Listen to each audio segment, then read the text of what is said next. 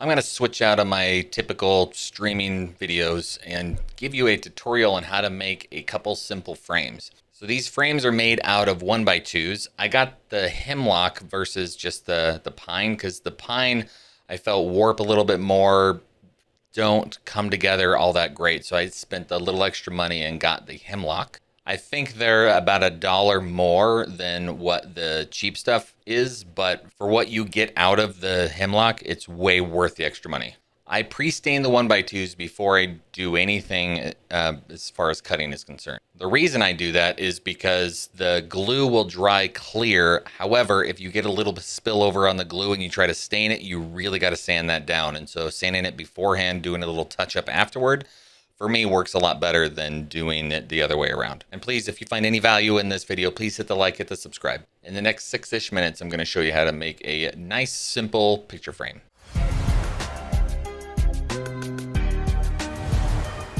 So as you can see, I've got the 1x2s pre-stained, ready to go. The first thing I'm going to do is I want to make a notch in the back so that I can inlay the plywood or whatever board that I'm going to be putting in for the actual picture, because we usually do a painted frame, like with words. We do Harry Potter sayings and whatever else. So what I do is I take a scrap piece of that backing and I make the thickness exactly right as far as the depth of the blade. I usually give myself a 1/2 inch of width to make sure that I have enough meat to be able to attach that piece of plywood. And then what I do is I check to see which side that I want the front of the frame to be, and then I put that on top, and then obviously I cut the back off. So how this works is I will run each of these pieces through twice.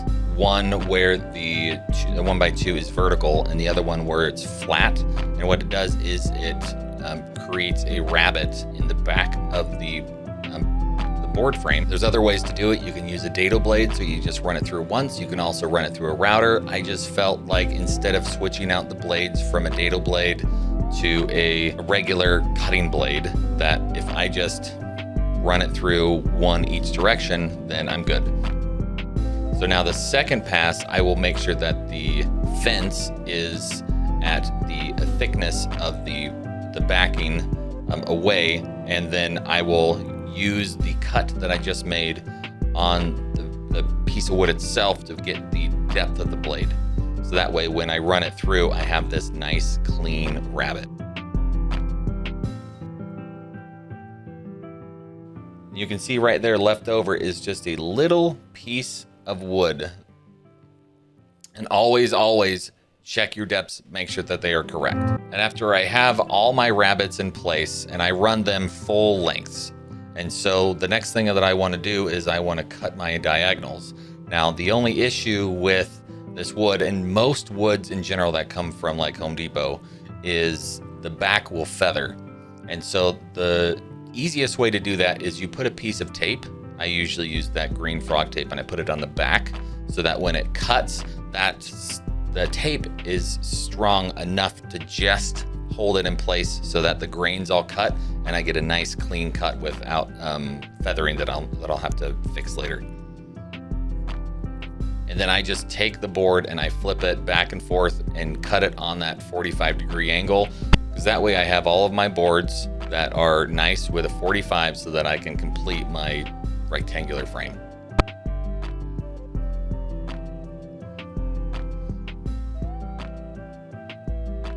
The reason why I do not do a butted joint in this case is it's kind of sloppy.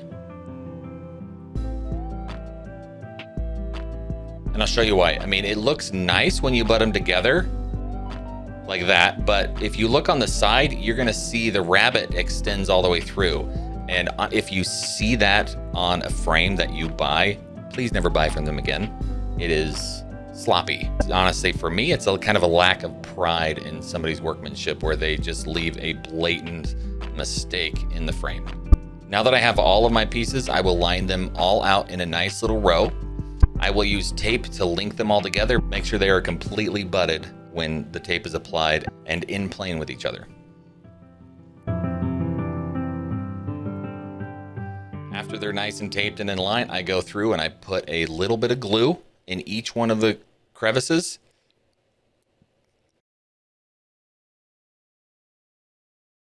And then all you do is you just lift it up in place and then finish the last piece with a piece of tape. Now the tape, it makes it nice and clamped. Now you don't necessarily have to put an extra clamp on there. I make sure that I do all the time, just because I want to make sure that it has a better hold.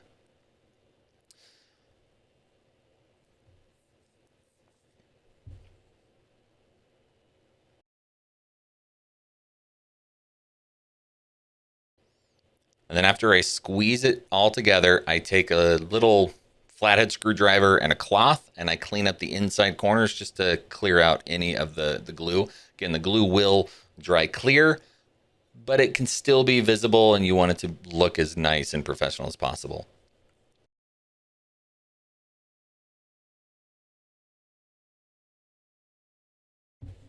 Now, the other thing you can do with the frames to hold them together better is you can put some brads in there. That really, the brads just hold as like a clamp until the glue dries.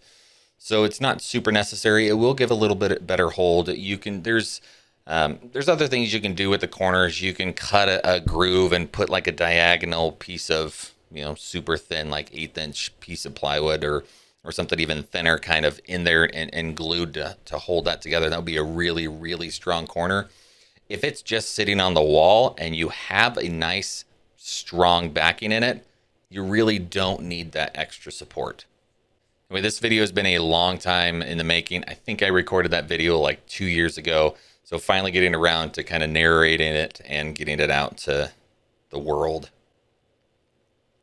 We used to be heavy into that in our Etsy store, kind of shifted gears, but I think a lot of people can see value in making these quick, simple frames.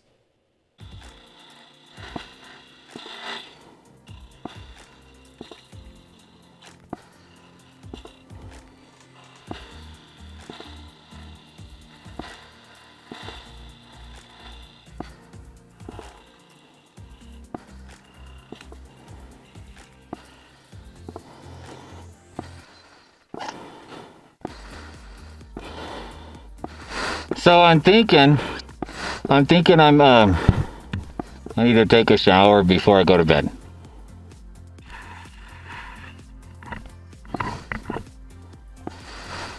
Yeah. Let it snow, let it snow, let it snow. The weather outside is frightful.